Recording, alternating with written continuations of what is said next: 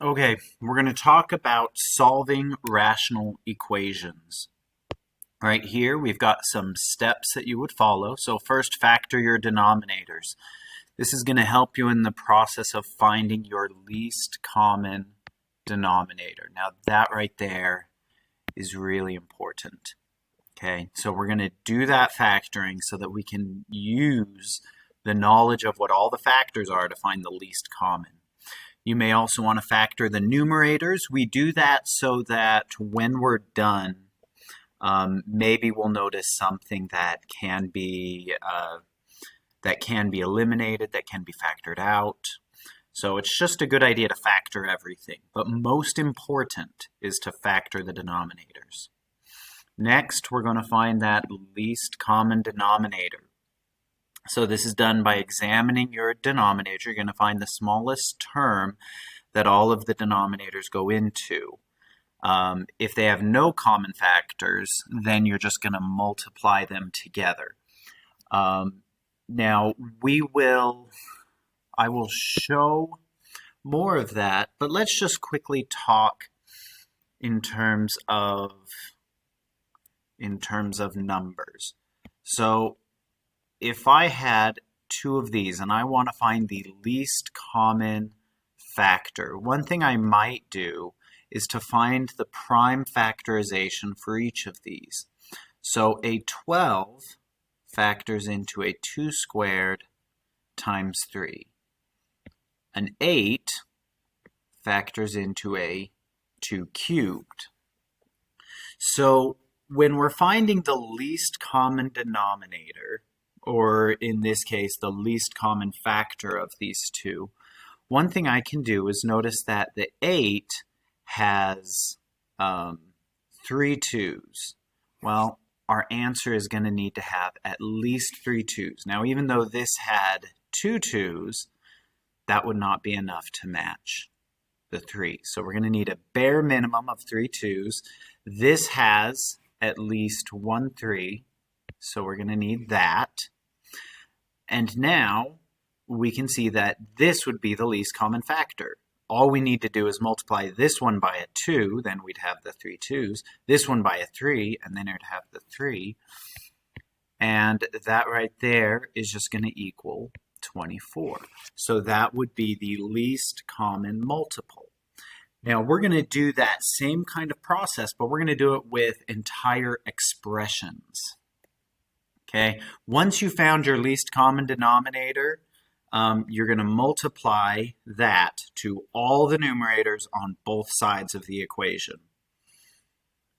Okay, so when the least common denominator is distributed to every term's numerator, the denominators should all simplify to a 1.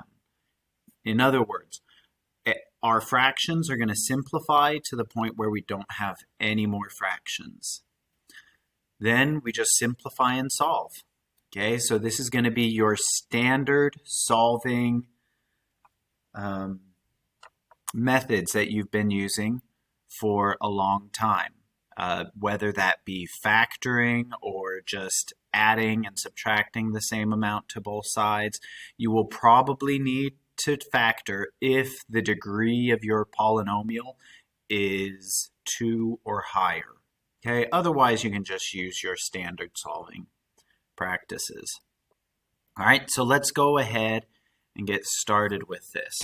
First, we want to look at our two denominators, and we want to find the least common denominator.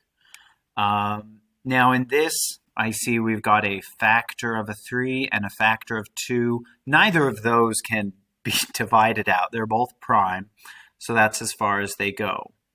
So my least common factor would be a combination of the two, a 2 and a 3, which is a 6. So that is what we are going to multiply both sides of this equation by. We're just going to multiply everything by 6. So I'm going to multiply this side by a 6 and this side by a 6. So that'll get me 6x thirds plus 6x halves which should be equal to 60.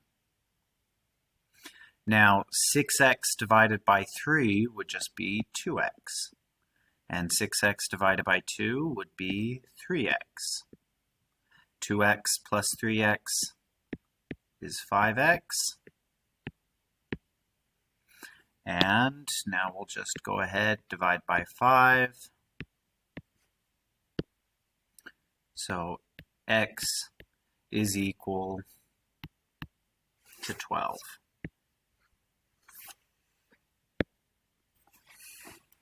Okay.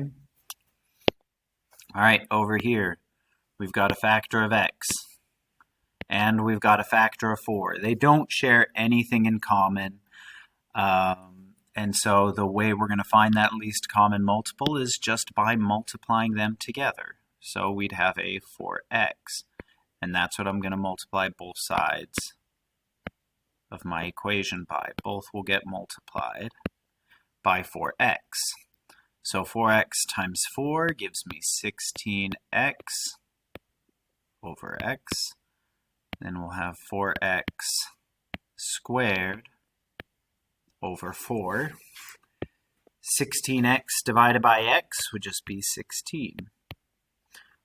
4x squared divided by 4 would give me x squared.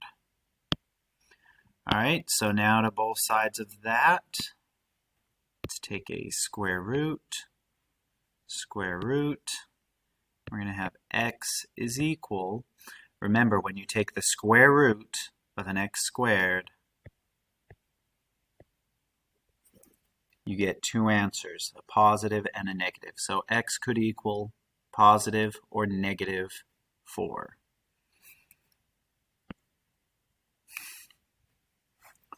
Okay, in this next one, we got a factor of 3, factor of 2. There's nothing to really simplify those down into.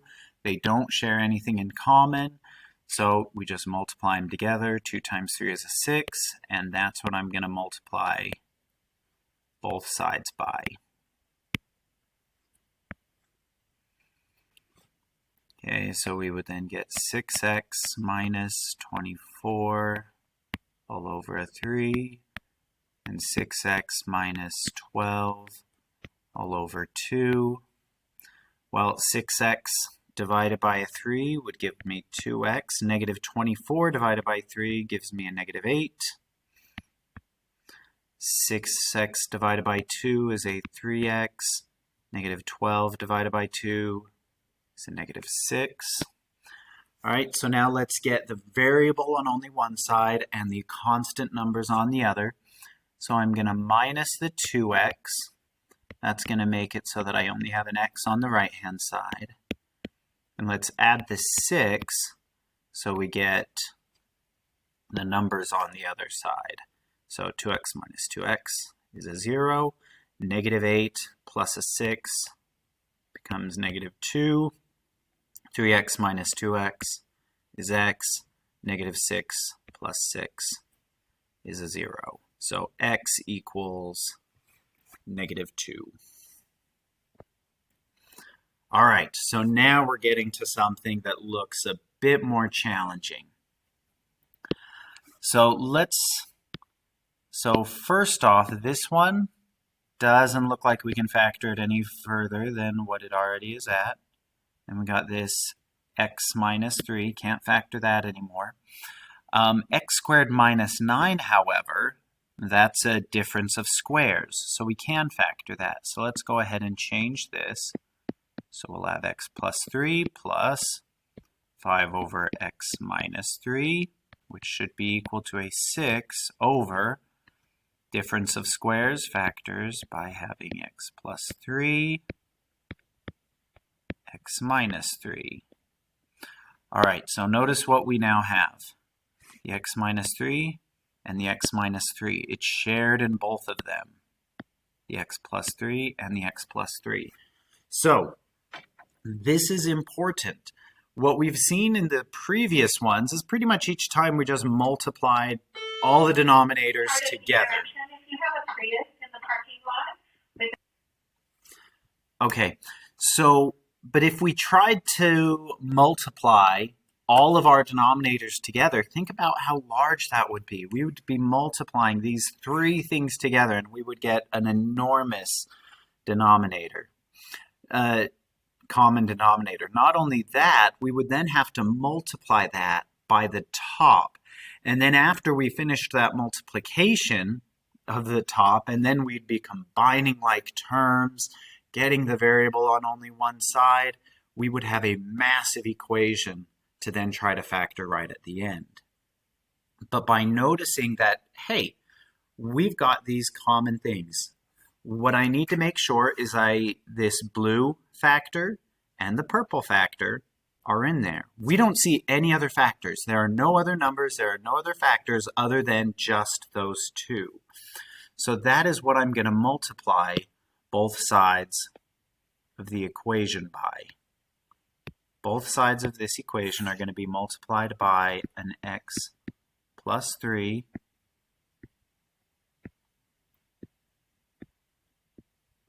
and an x minus 3. X plus 3, x minus 3. Okay. And so as I do that, we then get 2. It doesn't want to write.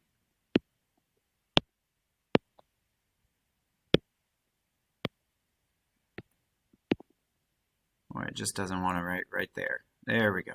All right, so 2 times the x plus 3, x minus 3, all over x plus 3 plus 5. So remember, both of those got multiplied over there as well. So x plus 3, x minus 3, all over x minus 3, which is going to equal 6, x plus 3, x minus 3, all over x plus 3, x minus 3. So now we can start eliminating factors that are in the numerator and denominator. Right there, that x plus 3. There, the x minus 3. And here, both of those factors eliminated. So what we're then left with is 2 times x minus 3 plus 5 times an x plus 3, which is equal to 6.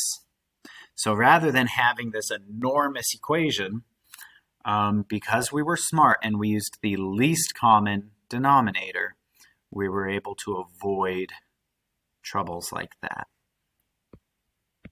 And now we're just going to get some simple combining like terms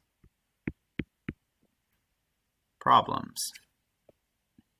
All right, so then we'll have 7x plus 9 equals 6 minus the 9 from both sides. Divide by the 7, and x is equal to a negative 3/7.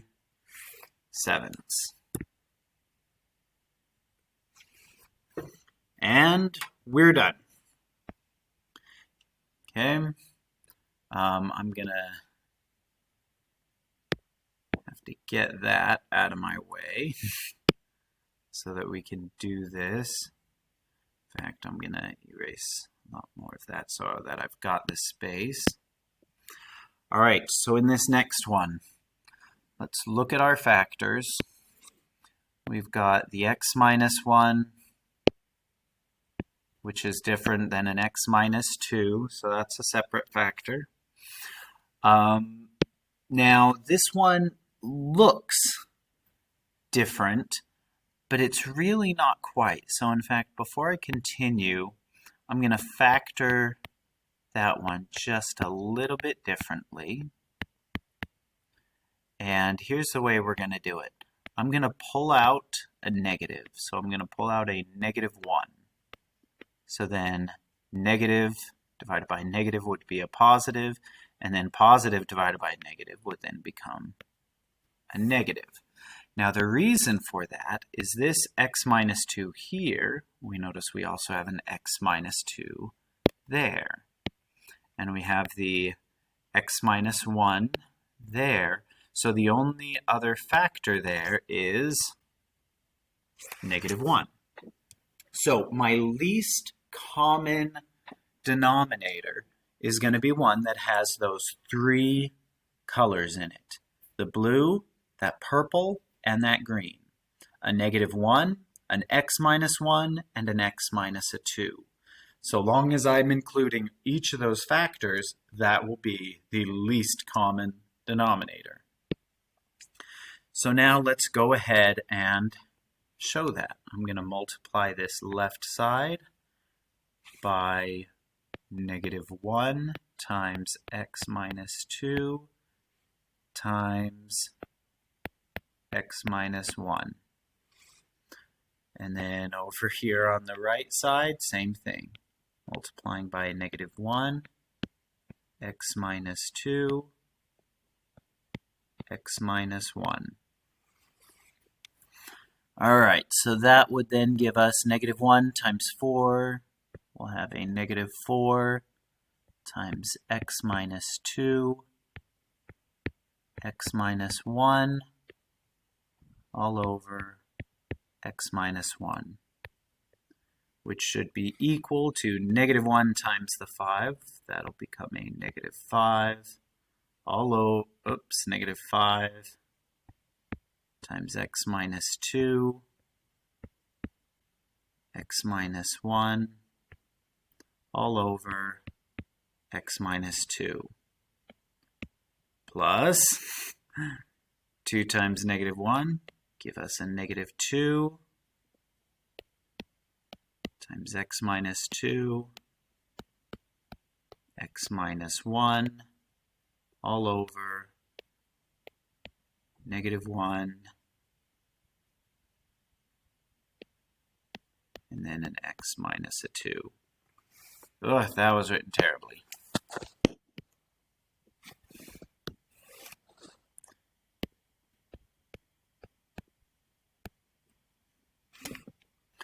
All right. So now we can begin simplifying. The common terms in the numerator and denominator can simply eliminate, and that negative 2 divided by negative 1 will just give us a positive 2. So now I will have negative 4 x minus 2, which is equal to a negative 5 times the x minus 1 plus a 2 times x minus 1. Okay, so negative 4x plus 8 is equal to a negative 5x plus 5 plus 2x minus 1. All right, we'll combine our like terms on the left side. So we'll get negative 3x